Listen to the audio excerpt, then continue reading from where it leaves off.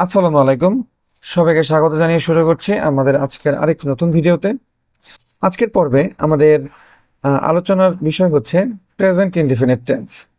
আমরা এই পর্ব থেকে টেন্স সম্পর্কে বিস্তারিত আলোচনা করব, যাতে তোমাদের কোনো ধরনের কোনো সমস্যা না থাকে। প্রেজেন্ট ইনডিফিনিট টেন্স মূলত প্রথমত কাকে বলে এটা আমরা জানব। কোনো কাজ সচরাচর হয়, এরূপ কোনো কাজ, অভ্যাসগত কাজ, চিরন্তন সত্য বা ঐতিহাসিক সত্য, নিকট ভবিষ্যৎ, এই ধরনের বাক্যকে প্রেজেন্ট ইনডিফিনিট টেন্স বলে। তাহলে আমরা কি বুঝলাম? যে অভ্যাসগত কাজ বা চিরন্তন সত্য এরকম কোনো কিছু, অথবা ঐতিহাসিক সত্য যদি হয়, কিংবা নিকট ভবিষ্যতে হবে এরকম কোনো কাজকে যদি বোঝায়, তাহলে সেটাকে প্রেজেন্ট ইনডিফিনিট টেন্স বলে।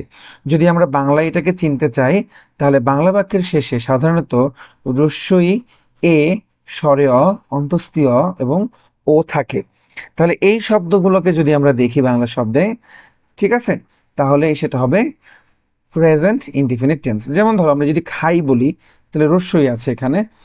তারপরে যায় বলি, যায়, তাহলে তারপরে যাও বলি, তাহলে এই ধরনের শব্দগুলোতে কি হয়, আমাদের যে ভার্বটা গঠিত হয় সেটা প্রেজেন্ট ইনডিফিনিট টেন্সে হবে। তাহলে আমরা যদি স্ট্রাকচারটা দেখি, তাহলে মূল স্ট্রাকচার হচ্ছে, প্রথম স্ট্রাকচারটা subject plus view one plus বাকি অংশ।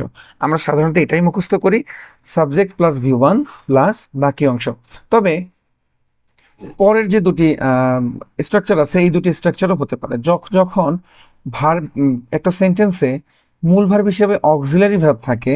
যেমন ধরো মূল ভার্ব, এখানে কোনো ভার্ব নাই, মূল ভার্ব হিসেবে ধরো এম, ইজ, আর রয়েছে, কিন্তু আমাদের কন্টিনিউয়াসে আমরা যে গঠনটা পড়েছিলাম সেরকম করে কোনো ভার্বের সাথে ভার্বও ইনক্লুড করা নাই, আবার ভার্বের সাথে কোনো আইএনজিও নাই, শুধুমাত্র এম, ইজ, আর ব্যবহার করা আছে এবং এরপরে বাকি অংশ আছে। তো সেক্ষেত্রে এটা প্রেজেন্ট ইনডেফিনিট টেন্স হবে। আবার একই সাথে সাবজেক্ট প্লাস হ্যাভ হ্যাজও যদি মূল ভার্ব হিসেবে থাকে, হ্যাভ হ্যাজ যদি মূল ভার্ব হিসেবে কোনো বাক্যে থাকে, এরপরে বাকি অংশ থাকে, তাহলে সেটিও আমাদের প্রেজেন্ট ইনডেফিনিট টেন্স হবে। তবে মূল যে স্ট্রাকচার সেটা হচ্ছে এটি, subject plus V one plus বাকি অংশ। তবে তোমরা যাতে কখনো অ্যামিজার দেখে অথবা হ্যাভ হ্যাজ না দেখে টেন্স ভুল না করো, সেজন্য তোমাদের এটা দিয়ে দেওয়া হয়েছে। তাহলে তোমরা এটাও ভালো করে জেনে রাখবে। তাহলে আমরা একটু যদি এক্সাম্পলটা দেখি, দেখো আমি ইংরেজি পড়ি, দেখো ই, ই প্রত্যয় আছে, এই দেখো ই প্রত্যয়টা আছে কিন্তু। তাহলে আমি ইংরেজি পড়ি, আই রিড ইংলিশ। তাহলে আই কি সাবজেক্ট, রিড হচ্ছে ভিউ ওয়ান এবং ইংলিশ হচ্ছে বাকি অংশ। তারপরে সে কাজটি করে, তাহলে হি ডাজ দ্য ওয়ার্ক। তাহলে দেখো এখানে ডু রয়েছে ভিউ ওয়ান হিসাবে। সো আমরা জানি যে সাবজেক্ট যদি থার্ড পারসন সিঙ্গুলার নাম্বার হয়, তাহলে ভার্বের সাথে এস অথবা ইএস বসে। তাহলে ডু এর সাথে এখানে ইএস বসছে। তাহলে এইভাবে আমরা এটা করব। এরপরে সাবজেক্ট প্লাস ভার্বের প্রেজেন্ট ফর্ম বাকি অংশ অনুযায়ী ব্যবহার করা হয়েছে, তাহলে এটা আমরা এইভাবেই করেছি। এরপরে এক্সাম্পল দুইয়ে যদি আমরা যাই, আমি একজন ছাত্র, আমি তোমাদের সেকেন্ড স্ট্রাকচারে যেটা দিয়েছিলাম, দেখো এখানে কোনো মূল ভার্ব নাই, আই অ্যাম এ স্টুডেন্ট, এখানে কিন্তু অ্যাম এর পরে সরাসরি বাকি অংশ কিন্তু উল্লেখ করা হয়েছে। হি ইজ রিচ, সে ধনী। তাহলে দেখো এখানে কোনো মূল ভার্ব নাই, মানে ওইভাবে কোনো মূল ভার্ব নাই, এখানে এই অক্সিলারি ভার্বগুলোই মূল ভার্বের মতো কাজ করছে। সেক্ষেত্রে এটাও কিন্তু একটা present indefinite tense. You are invited in the function, তাহলে এখানেও আর কিন্তু একটা মূল ভার্বের মতো কাজ করছে। ইনভাইটেড এটা প্যাসিভ ফর্মে আছে অ্যাকচুয়ালি, তো এখানে কিন্তু ইনভাইটেড মূল ভার্ব নয়, এখানে আরই হচ্ছে মূল ভার্ব। তাহলে এক্সাম্পল থ্রিতে যদি আমরা দেখি, আমার একটি গাড়ি আছে, আই হ্যাভ এ কার। তাহলে এখানে দেখো হ্যাভ, এটা কিন্তু একটা অক্সিলিয়ারি ভার্ব, কিন্তু এখানে মূল ভার্ব হিসেবে কিন্তু ব্যবহার করা হয়েছে। তারপরে আরেকটা কি, তার একটি স্বপ্ন আছে, হি হ্যাজ এ ড্রিম। তাহলে এখানেও হ্যাজ মূল ভার্ব হিসেবে কিন্তু বাক্যটাকে সম্পূর্ণ করেছে। আমরা যদি এখন নোট দেখি, যে সাবজেক্ট ও থার্ড পারসন অর্থাৎ হি, শি, ইট বা কোনো কিছুর নাম যদি বোঝায় এবং এটা যদি প্রেজেন্ট ইনডিফিনিট টেন্স হয়, ভার্বের সাথে এস বাই এস হয়, যেটা আমি পূর্বেই তোমাদেরকে বলেছি, যে সাবজেক্ট যদি থার্ড পারসন সিঙ্গুলার নাম্বার হয়, তাহলে ভার্বের সাথে এস বাই এস যোগ হবে। একমাত্র প্রেজেন্ট ইনডিফিনিট টেন্স ছাড়া কখনো কোনো ভার্বের সাথে এস বাই এস যোগ হয় না। তাহলে এটা আরও স্পেসিফিক করে বলা হলো যে কখনো তুমি অন্য কোনো টেন্সের সাথে কখনোই এস বাই এস যোগ করবে না। তোমাকে আগে নিশ্চিত হতে হবে যে সেটা অবশ্যই প্রেজেন্ট ইনডেফিনিট টেন্সে আছে কিনা। যদি প্রেজেন্ট ইনডেফিনিট টেন্সে থাকে তবেই তুমি ভার্বের সাথে এস বাই এস যোগ করতে পারবে। তাহলে ইনডিফিনিট টেন্সের আমরা গঠনের একটু বিস্তারিত পড়ি। আমরা ইনডিফিনিট টেন্সের গঠনের ক্ষেত্রে দেখি এটা সাধারণত সেন্টেন্স কয়েক ধরনের হয়। যেমন ধরো হাবোধক হয়, অ্যাফার্মেটিভ, নেগেটিভ নাবোধক হয়, ইন্টারোগেটিভ প্রশ্নবোধক হয়, এবং নেগেটিভ ইন্টারোগেটিভও হয়। ঠিক আছে, তাহলে আমরা এটার গঠনটা দেখব। তাহলে দেখো, প্রথমে অ্যাফার্মেটিভের যদি গঠন অর্থাৎ হাবোধকের গঠনটা দেখি, তাহলে আমরা যেটা জেনারেলি যে স্ট্রাকচারটা পড়েছি, সাবজেক্ট প্লাস V1 প্লাস বাকি অংশ আমরা এইভাবে বসাবো। তাহলে হি টেক্স টি এভরিডে, সে প্রতিদিন চা পান করে। তাহলে দেখো সাবজেক্ট বসছে হি, এরপরে V1 হচ্ছে টেক্স, যেহেতু he third person singular number, so এখানে টেকের সাথে এস অথবা ইয়ের যোগ হয়েছে, তারপরে টি এভরিডে অর্থাৎ বাকি অংশ বসছে। একইভাবে হি, এখানে ভার্বের সাথে এর যোগ হয়েছে কারণ he third person singular number. এবার যদি আমরা নাবোধক দেখি, নাবোধকের ক্ষেত্রে কি হবে, একটা ডু নট অথবা ডাজ নট যুক্ত হবে যদি নাবোধক বোঝায়। তাহলে একই বাক্য যদি আমরা বলি যে সে চা পান করে না, তাহলে কি হবে, হি ডাজ নট। ডাজ নট কেন, কারণ he third person singular number, তাহলে এখানে ডাজ নট হবে। আর যদি এখানে থার্ড পারসন সিঙ্গুলার নাম্বার না থাকতো তাহলে কিন্তু ডু নট হতো। তাহলে হি, এটা হচ্ছে থার্ড পারসন, তাহলে এখানে does not take tea every day. তাহলে এসবের পরে কিন্তু ভার্বের V1 হয়। আমরা যখন ডাজ নট বা ডু নট এরকম বসাবো, ভার্বের কিন্তু V1 বসবে। তাহলে একইভাবে পরের বাক্যটা দেখো, he does not read a book, তাহলে এখানে ডাজ নট বসছে এবং রিড বসছে V1। এরপর যদি আমরা ইন্টারোগেটিভটা দেখি, ইন্টারোগেটিভের ক্ষেত্রে আমরা দেখলাম আমাদের মূল যে স্ট্রাকচার ছিল সাবজেক্ট প্লাস V1 প্লাস বাকি অংশ, এটা দেখো ঠিকই আছে। শুধু ইন্টারোগেটিভ করতে হলে হবে কি, ডু এবং ডাজ এটা আমরা প্রয়োজন অনুযায়ী সামনে নিয়ে আসবো।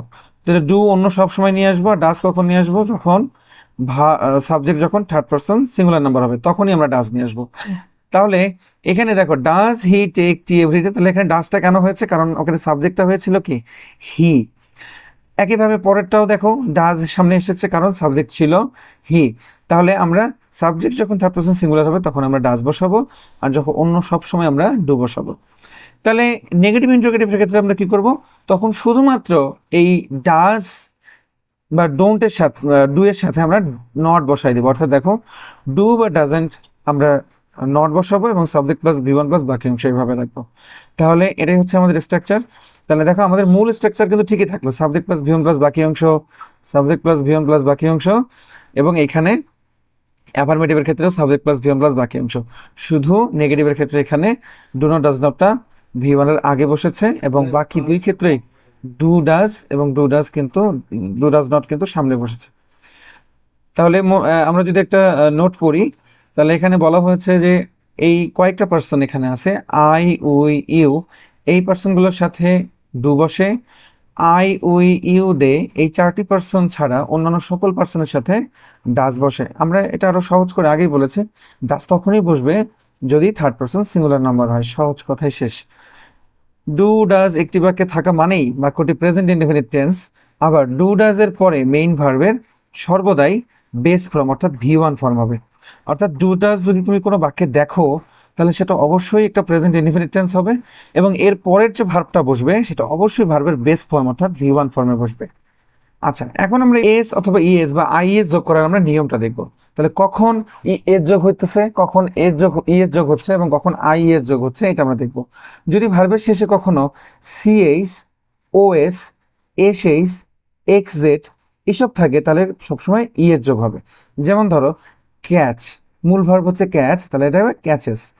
তারপরে গো, গোজ, মিক্স, মিক্সেস, মিস, মিসেস, বাজ, বাজেস। তাহলে দেখো এখানে কি কি শব্দ ছিল, দেখো এখানে শেষে ছিল জেড, তাহলে ইএস হয়েছে, এখানে ছিল এস, তাহলে ইএস হয়েছে, এবং এখানে ছিল এক্স, ইএস হয়েছে, এবং এখানে ছিল ও, ইএস হয়েছে, এবং এখানে ছিল সিএস, এখানেও ইএস হয়েছে। তাহলে 2 নম্বরে দেখি, যদি আমরা ভার্বের শেষে কনসোনেন্ট প্লাস ওয়াই যদি থাকে, অর্থাৎ ভার্বের শেষে যদি কখনো ওয়াই তুমি দেখো, ভার্বের শেষে যদি কখনো ওয়াই দেখো, তাহলে এটা উঠে গিয়ে ওয়াইয়ের বদলে আই হবে এবং একটা ইএস যোগ হবে। তাহলে দেখো ক্যারি, ওয়াইটা উঠে গিয়ে আই হয়েছে এবং ইয়ের যোগ হয়েছে। ফ্রাইতে ওয়াইটা উঠে গিয়ে আই হয়েছে এবং ইয়ের যোগ হয়েছে। কপিতে ওয়াইটা উঠে গেছে, আই হয়ে ইয়ের যোগ হয়েছে। তৃতীয়ত যদি আমরা দেখি, অন্যান্য সকল ক্ষেত্রে এর যোগ করতে হয়। অর্থাৎ এই যে দুইটা যে নিয়ম ছিল, আমরা যে ভার্বের শেষে ইএস এর যে ব্যাপারটা দেখলাম, সিএইচ ও এস এসএইচ, এক্স এবং জেড এইসবের ক্ষেত্রে আমরা এস বসাবো এবং ওয়াই থাকলে আইইএস বসাবো, আর বাকি সব ক্ষেত্রে আমরা এস বসাবো। তাহলে টেক্স, পিক্স, বুকস এবং রাইজেস সব ক্ষেত্রে আমরা এস বসাবো। তাহলে আমরা এবার দেখি যে do not, does not, is not, are not কোথায় বসে তা নিয়ে সংশয় থাকে। জেনে রাখো যে উক্ত চিহ্নগুলো থাকলে নাউনের পূর্বে নট এবং প্রোনাউনের পরে নট বসে। তাহলে আমরা এই যে নট যে শব্দগুলো ব্যবহার করেছি, যে do not, does not, is not, are not, এই শব্দগুলো কিন্তু আমরা বাক্যে ব্যবহার করব। যখন নেগেটিভ একটা বাক্য আমরা তৈরি করব তখন কিন্তু এই শব্দগুলো আমরা ব্যবহার করব। তাহলে এই নট বসানোর একটা নিয়মের কথা তারা আমাদেরকে বলতেছে, সেটা হচ্ছে যে এই নট বসানোর নিয়ম হলো নট সবসময় নাউনের পূর্বে বসবে এবং প্রোনাউনের পরে বসবে। ঠিক আছে, নাউন বসবে, নাউনের পূর্বে বসবে নট এবং পরে প্রোনাউনের পরে বসবে নট। আবার এই চিহ্নগুলো শর্ট ফর্ম যখন আমরা ব্যবহার করব, অর্থাৎ ডোন্ট, ইজন্ট, ওন্ট ইত্যাদি যখন ব্যবহার করব তখন কিন্তু পুরোটাই কি হবে, নাউন বা প্রোনাউন সাবজেক্টের পূর্বে বসবে। অর্থাৎ যখন আমরা এটা শর্ট ফর্ম ব্যবহার করতেছি তখন কিন্তু এটা পুরোটাই নাউন হোক, প্রোনাউন হোক, সাবজেক্ট হোক, যাই হোক তার কিন্তু পূর্বে বসবে। কিন্তু যখন শর্ট ফর্ম না ব্যবহার করে আমরা পুরোটাই ব্যবহার করব তখন কিন্তু নটটা নাউনের পূর্বে বসবে এবং প্রোনাউনের পরে বসবে। যেমন ডোন্ট ইউ প্লে ক্রিকেট, আমরা দেখো এখানে শর্ট ফর্ম ব্যবহার করেছি, তাহলে এখানে কিন্তু নটটা প্রোনাউন হওয়া সত্ত্বেও তার পূর্বেই কিন্তু বসছে, পরে কিন্তু বসে নাই। আর এ ডাজেন্ট তানভীর লাইক নোবেল বুক, তাহলে এখানেও নটটা আমাদের পূর্বে বসার কথাই, এবং শর্ট ফর্ম যেহেতু ব্যবহার করছি তাহলে এটা পূর্বেই বসবে।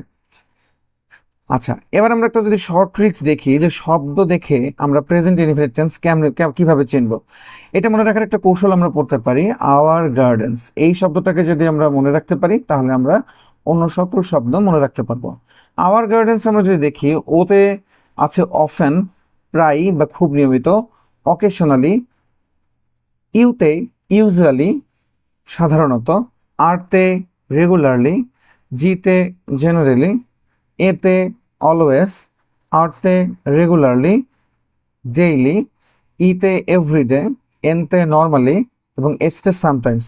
অর্থাৎ আমরা এই যে আওয়ার গার্ডেন্স, এখানকার প্রতিটা শব্দ দিয়ে আমরা যে ওয়ার্ডগুলো পাচ্ছি, এই ওয়ার্ডগুলোকে যদি আমরা মনে রাখতে পারি আওয়ার গার্ডেন্স দিয়ে, তাহলে কিন্তু এই শব্দগুলোকে আমরা যেখানেই যে বাক্যেই দেখি না কেন সেই বাক্যগুলো কিন্তু আমাদের প্রেজেন্ট ইনডিফিনিট টেন্স হিসেবে আমরা আইডেন্টিফাই করতে পারবো। তাহলে এই শব্দগুলো কোনো বাক্যে থাকলে তো অবশ্যই কি হবে, প্রেজেন্ট ইনডিফিনিট টেন্স হবে। যেমন হি usually gets up at 6 AM, সে সাধারণত সকাল 6টায় ঘুম থেকে ওঠে। এটা একটা আমরা যদি অন্যভাবে চিন্তা করি, আমরা সংজ্ঞায় পড়েছিলাম যে অভ্যাসগত কর্ম বোঝালে প্রেজেন্ট ইনডিফিনিট টেন্স হয়। এটা অভ্যাসগত একটা কর্ম, সে প্রতিদিনই ওঠে। কিন্তু আমরা দেখো ইউজুয়ালি শব্দটা আছে, তাহলে আমরা জানি ইউজুয়ালি শব্দটা কিন্তু এই যে ইউ এর এখানে আছে, usually. He studies the Quran, he studies the Quran regularly, তাহলে প্রতিদিন, রেগুলারলি দেখো রেগুলারলি এখানে রয়েছে, রেগুলারলি এখানে রয়েছে, রেগুলারলি এখানে রয়েছে, তাহলে এটা থাকলে আমাদের এটা কি হবে, প্রেজেন্ট ইনডিফিনিট টেন্স হবে। তাহলে এখন যদি আমরা দেখি এগুলো আবার অভ্যাসগত কর্ম বোঝায়, হ্যাঁ যেটা আমরা বললাম যে এগুলোকে অভ্যাসগত কর্ম বোঝায়। এরপরে দেখো চিরন্তন সত্য, যখন চিরন্তন সত্য হবে তখন কিন্তু প্রেজেন্ট ইনডিফিনিট টেন্স হবে। যেমন বরফ পানিতে ভাসে, আইস ফ্লোটস অন ওয়াটার, মানুষ মরণশীল, ম্যান ইজ মোর্টাল, পৃথিবী সূর্যের চারদিকে ঘোরে, the earth moves around the sun. তাহলে দেখো এগুলো চিরন্তন সত্য, এগুলো কিন্তু মিথ্যা না, এগুলো সত্য। এরপর ঐতিহাসিক সত্যের ক্ষেত্রে যদি আমরা দেখি যে শাহজাহান তাজমহল তৈরি করেন, Shahjahan builds the Taj Mahal, Socrates তার শিষ্যদের নৈতিকতা শিক্ষা দিতেন, সক্রেটিস টিচেস হিজ ডিসিপলস। তাহলে এই যে শব্দগুলা বা বাক্যগুলা আমরা কিন্তু দেখতেছি ঐতিহাসিক সত্য, তাহলে আমরা দেখলাম চিরন্তন সত্য বা ঐতিহাসিক সত্য এই ধরনের বাক্যগুলা প্রেজেন্ট ইনডিফিনিট টেন্স হবে। এরপরে নিকট ভবিষ্যৎ যদি বোঝায়, নিকট ভবিষ্যৎ, নিয়ার ফিউচার, তাহলে সেক্ষেত্রে প্রেজেন্ট ইনডিফিনিট টেন্স হবে। যেমন সে আগামীকাল স্কুল আসবে, হি কামস টুমরো, সে আগামীকাল স্কুলে আসবে। কিন্তু দেখো আমাদের কিন্তু নর্মালি মনে হচ্ছে যে সে আগামীকাল আসবে, এটা তো সে মানে ভবিষ্যতে করবে, কিন্তু এটা দেখো নিকট ভবিষ্যৎ বোঝাচ্ছে, তাহলে এই ক্ষেত্রেও কিন্তু আমাদের প্রেজেন্ট ইনডিফিনিট টেন্স হবে। আমাদের স্কুল 10 তারিখ খুলবে, তাহলে ওদের স্কুল কিন্তু 10 তারিখে খুলবে, 10 তারিখ কিন্তু এখনো আসে নাই।